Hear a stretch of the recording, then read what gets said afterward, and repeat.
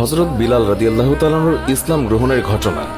হযরত বিলাল রাদিয়াল্লাহু তাআলা জন্ম নেন সৌদি আরবের পবিত্র মক্কা নগরীতে। জাতিতে তিনি একজন আফ্রো আরব। পিতার নাম রাবাহ আর মায়ের নাম হামামা। তার পিতা একজন কৃতদাস হলেও মা হামামা ছিলেন শাহজাদি। শাহজাদি কেমন করে গোলামের স্ত্রী হলেন সেটা জানতে হলে আমাদেরকে একটু পেছনে ফিরে যেতে হবে। মধুর আজানের ধ্বনিতে সমগ্র ধর্মপ্রাণ মুসলিমদের হৃদয়ে আকুল হয়। যে মানুষটি সর্বপ্রথম এই পবিত্র আজান কণ্ঠে ধারণ করেছিলেন তার নাম হযরত বিলাল রাদিয়াল্লাহু তাআলা আনহু, ইসলামের প্রথম মুয়াজ্জিন। আজ আমরা তার জীবন কাহিনী জানব ইসলামের জন্য আমৃত্যু লড়াই করে যাওয়া এক সাহসী যোদ্ধার কথা। শেষ নবী হযরত মুহাম্মদ সাল্লাল্লাহু আলাইহি ওয়াসাল্লাম জন্মগ্রহণ করেছিলেন 570 খ্রিস্টাব্দে। সেই বছরেই আবিসিনিয়ার বাদশাহ আব্রাহা তার বিরাট হস্তি বাহিনী নিয়ে পবিত্র মক্কা নগরী আক্রমণ করে। হস্তি বাহিনীর ভয়ে আরবরা ভয়ে আতঙ্কিত হলেও আল্লাহর ঘর রক্ষার ব্যবস্থা করলেন আল্লাহ তাআলা নিজেই। হস্তি বাহিনী সহ আব্রাহা পরাস্ত হল। এই ঘটনার কথা মুসলমানদের পবিত্র ধর্মগ্রন্থ পবিত্র কোরআন শরীফে সূরা ফিলে উল্লেখ করা আছে। আরবি ফিল শব্দের অর্থ হল হাতি। যুদ্ধে পরাজিত হয়ে আব্রাহার সমস্ত বাহিনী পালিয়ে গেল। যারা পালাতে পারল না তারা আরবদের হাতে বন্দী হল।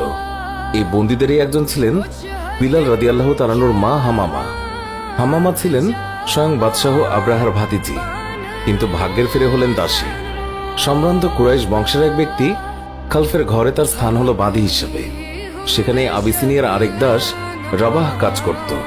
তাদের বিয়ে হয় এবং তাদের ঘরেই জন্ম নেয় ইসলামের একনিষ্ঠ কাণ্ডারী হযরত বিলাল রাদিয়াল্লাহু তাআলা আনহু। হযরত বিলাল রাদিয়াল্লাহু তাআলার চেহারা মুবারকের যে বর্ণনা পাওয়া যায়, একজন আফ্রো আরব হিসেবে তার গায়ের রং ছিল কালো, দেহের গঠন ছিল লম্বা, মাথায় ঘন কালো চুলে তিনি লাল খিজাব ব্যবহার করতেন। বাবা মায়ের স্নেহের ছায়ায় শিশু বিলাল তিনি বড় হচ্ছিলেন। হঠাৎ করে বিলালকে এতিম করে তার মা বাবা পাড়ি জমান না ফেরার দেশে। এর আগে বিলালকে রেখে যান মনিফ খালফের কাছে। একজন কৃতদাসের ছেলে হিসেবে তাকেও কৃতদাস হতে হলো। বিলাল সেইভাবেই চলছিলেন। একদিন মারা গেলেন খালফ। মনিফ হলেন খালফের পুত্র উমাইয়া। উমাইয়া ছিলেন নির্মম। বিলালের উপর নেমে আসলো এক অকথ্য নির্যাতন।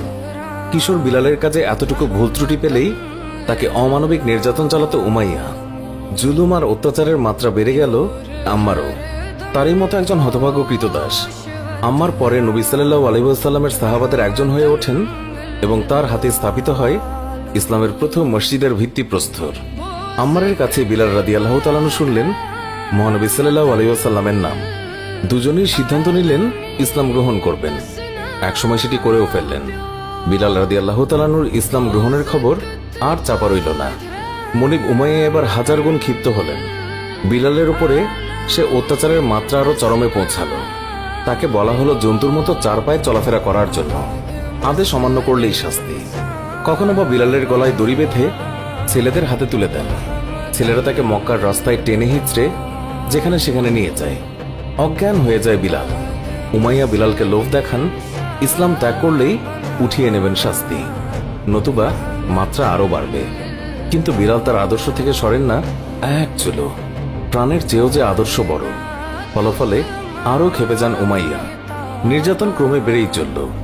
এবার বিলালের বুকে ভারী পাথর চাপিয়ে তাকে মরুভূমির অগ্নিতপ্ত বালুর উপরে চিৎ করে শুইয়ে রাখা হলো।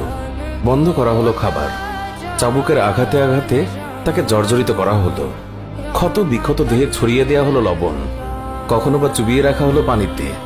অসহ্য যন্ত্রণায় কাতর হয়েও নিজের আদর্শকে অস্বীকার করলেন না একটিবারের জন্যও। মনে মনে শুধু আল্লাহর কাছে প্রার্থনা করে যান একদিন নিশ্চয়ই এই যন্ত্রণার অবসান হবে। বিলালের উপরে এই ভয়ঙ্কর নির্যাতনের খবর গেল নবীজি সাল্লাল্লাহু আলাইহি ওয়াসাল্লামের কাছেও। কেঁদে উঠল তার অন্তর। ভাবতে লাগলেন যে কি করা যায়। সাহাবীদের সাথে আলোচনা করলেন। হযরত আবু বকর সিদ্দিক রাদিয়াল্লাহু তাআলা আনহু নবীজিকে বললেন, যেমন করেই হোক আমি হযরত বিলাল রাদিয়াল্লাহু তাআলা আনহুকে মুক্ত করে আনবই ইনশাআল্লাহ, যত টাকা লাগে লাগুক। আবু বকর গেলেন উমাইয়ার কাছে। কিন্তু উমাইয়া জানতেন আবু বকর ইসলাম গ্রহণ করেছেন। তিনি বুঝতে পারলেন আবু বকর বিলালকে ক্রয় করে মুক্ত করে দেবেন। তাই তিনি আবু বকরের প্রস্তাবে রাজি হলেন না। হতাশ মনে ফিরে এলেন আবু বকর। এবার এগিয়ে এলেন নবীর চাচা হযরত আব্বাস রাদিয়াল্লাহু তাআলা আনহু। তিনি বললেন, আমি যেহেতু এখনো ইসলাম গ্রহণ করিনি, তাই উমাইয়া আমার কাছে বিলালকে বিক্রি করতেও পারে। আর হলোও তাই। উমাইয়া রাজি হলো, তবে অর্থ নয়, তাকে গোলামের বদলে গোলাম দিতে হবে। তাই সে পেল। এই প্রথম মুক্তির স্বাদ পেলেন বিলাল রাদিয়াল্লাহু তাআলা আনহু। রাসূলুল্লাহ সাল্লাল্লাহু আলাইহি ওয়াসাল্লামের সহচর্যে তার জীবন একেবারে বদলে গেল নতুন করে। বিলাল রাদিয়াল্লাহু তাআলা আনহু যখন ইসলাম গ্রহণ করেন, তৎকালীন ইসলাম অনুসারীর সংখ্যা ছিল হাতে গোনা 10-12 জন। প্রায় আক্রমণ চলত তাদের উপরে। তাই নবীজি সাল্লাল্লাহু আলাইহি ওয়াসাল্লাম আদেশ দিলেন আবিসিনিয়ায় হিজরতের। সবাই বিলালকে অনুরোধ করল তাদের সাথে যাওয়ার জন্য, কিন্তু প্রাণের নবীকে ছেড়ে বিলাল কোথাও গেলেন না। এর কিছুদিন পর নবীর আদেশে বাধ্য হয়ে মদিনায় হিজরত করলেন। কিছুদিন পরের কথা, নবীজি সাল্লাল্লাহু আলাইহি ওয়াসাল্লাম মদিনা সফরে গেলেন। নামাজ পড়ার জন্য মসজিদ তৈরি হলো, কিন্তু সমস্যা দেখা দিল লোকজনকে একত্রিত করা নিয়ে। কি করা যায় তাই নিয়ে ভাবতে লাগলেন সবাই। একদিন নবীজির আরেকজন প্রিয় সাহাবা আব্দুল্লাহ বিন যায়েদ রাদিয়াল্লাহু তাআলা আনহু স্বপ্নাদেশের মাধ্যমে আজানের কথাগুলো শুনলেন। নবীজিকে শোনাতেই তা তার পছন্দ হলো। তিনি আব্দুল্লাহ বিন যায়েদকে আদেশ দিলেন বিলাল রাদিয়াল্লাহু তাআলা আনহুকে কথাগুলো শিখিয়ে দেওয়ার জন্য। বিলাল রাদিয়াল্লাহু তাআলা আনহুর কণ্ঠস্বর অত্যন্ত সুরেলা ও মিষ্টি হওয়ায় নবীজি সাল্লাল্লাহু আলাইহি ওয়াসাল্লাম বললেন, বিলালই হবে ইসলামের প্রথম মুয়াজ্জিন।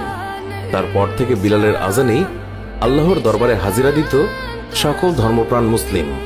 তার আজানে মন এক অদ্ভুত পবিত্রতায় ছেয়ে যেত। বিলাল রাদিয়াল্লাহু তাআলা আনহু ইসলামের প্রতি তার ভালোবাসা, ত্যাগ আর নিষ্ঠার পুরস্কার স্বরূপ লাভ করলেন সারা মুসলিম জাহানের প্রথম মুয়াজ্জিন হওয়ার গৌরব। তিনি নবী করিম সাল্লাল্লাহু আলাইহি ওয়াসাল্লামের প্রায় সমস্ত সাহাবাদের প্রিয়ভাজন ছিলেন। নবীজিকে তিনি প্রাণের চেয়েও বেশি ভালোবেসেছেন।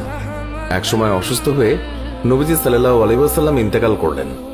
শোকে বিহবল বিলাল রাদিয়াল্লাহু তাআলা আনহু মদিনা ছেড়ে চলে যেতে চাইলেন, কিন্তু খলিফা আবু বকর রাদিয়াল্লাহু তাআলা আনহুর অনুরোধে মদিনায় থেকে গেলেও রাসূলুল্লাহ সাল্লাল্লাহু আলাইহি ওয়াসাল্লামের মৃত্যুর পর যত দিন বেঁচে ছিলেন তার মুখে কোনো হাসি ছিল না। বন্ধ করে দিলেন আজান দেয়া। সিরিয়ার যুদ্ধের সময় সেখানে পাড়ি জমালেন। বীরত্বের সাথে অংশ নিয়েছিলেন জিহাদে। ভাগ্যের এমনই লীলা খেলা যে উমাইয়ার হাতে বিলালকে দিনের পর দিন অকথ্য অত্যাচার সহ্য করতে হয়েছে। সেই উমাইয়ার মৃত্যু হল বিলাল রাদিয়াল্লাহু তাআলা আনহুর হাতেই। লোকে তার সুমধুর কণ্ঠের আজান শুনতে চাইত, কিন্তু তিনি রাজি হতেন না। শেষমেশ খলিফার অনুরোধ রাখতে গিয়ে রাজি হলেন ঠিকই, কিন্তু সম্পূর্ণ আজান শেষ করার সাথেই তিনি বেহুশ হয়ে গেলেন। তারপর তার আজান দেয়া একেবারেই বন্ধ হয়ে গেল। যেখানে তার প্রাণের নবীজি নেই সেখানে তিনি কেমন করে আজান দেবেন? কেউ আজান দেওয়ার জন্য অনুরোধ করলে তিনি এর জবাবে বলতেন, আমি যখন আজান দেব তখন আশহাদু আল্লা ইলাহা ইল্লাল্লাহ বলার সময় ঠিক থাকতে পারলেও এরপর আমি নিজেকে নিয়ন্ত্রণ করতে পারবো না। আশহাদু আন্না মুহাম্মাদুর রাসূলুল্লাহ বলার সময় মসজিদের মিম্বরের দিকে তাকালে মহানবী সাল্লাল্লাহু আলাইহি ওয়াসাল্লামকে দেখব না, তখন সহ্য করা আমার পক্ষে সম্ভব নয়। তবু সাহাবীরা তাকে অনুরোধ করল, কিন্তু বিলাল রাদিয়াল্লাহু তাআলা আনহু আগের মতোই নিশ্চল। এবার সাহাবীরা অন্য এক উপায় বের করল। নবীজির দুই দৌহিত্র হযরত হাসান রাদিয়াল্লাহু তাআলা আনহু এবং হযরত হুসাইন রাদিয়াল্লাহু তাআলা আনহুকে ধরলেন বিলালকে আজান দিতে অনুরোধ করার জন্য। আর তাদের এই অনুরোধ বিলাল ফেলতে পারলেন না। এই ছিল তার শেষ আজান। আর সেই আজান তিনি শেষ করতেই পারেননি। আজানের মাঝে তিনি অজ্ঞান হয়ে যান। এরপর মদিনা ছেড়ে তিনি চলে গেলেন সিরিয়ায়। রাসূলুল্লাহ সাল্লাল্লাহু আলাইহি ওয়াসাল্লামকে ছাড়া তার জীবন অসহনীয় হয়ে উঠেছিল। একসময় চিরবিদায়ের ডাক এলো। দামেস্কের ফাওলান নামক স্থানে 641 খ্রিস্টাব্দে মৃত্যুবরণ করলেন ইসলামের প্রথম মুয়াজ্জিন হযরত বিলাল রাদিয়াল্লাহু তাআলা আনহু। তাকে দাফন করা হলো ফাওলানের বাবুর সেগির গোরস্থানে। আল্লাহর রাস্তা আর নিজের আদর্শের জন্য আমরণ লড়াই করে যাওয়া সেই অকুতোভয় বীর সৈনিক আজও সেখানে চিরনিদ্রায় শায়িত আছেন। যতদিন এই আজানের ধ্বনি বাজবে ততদিন তিনিও বেঁচে থাকবেন মানুষের অন্তরে। প্রিয় দর্শক, এর সাথেই শেষ হচ্ছে আমাদের আজকের ভিডিওটি ভালো লাগলে লাইক দিন আর আমাদের অন্য ভিডিওগুলোও দেখুন।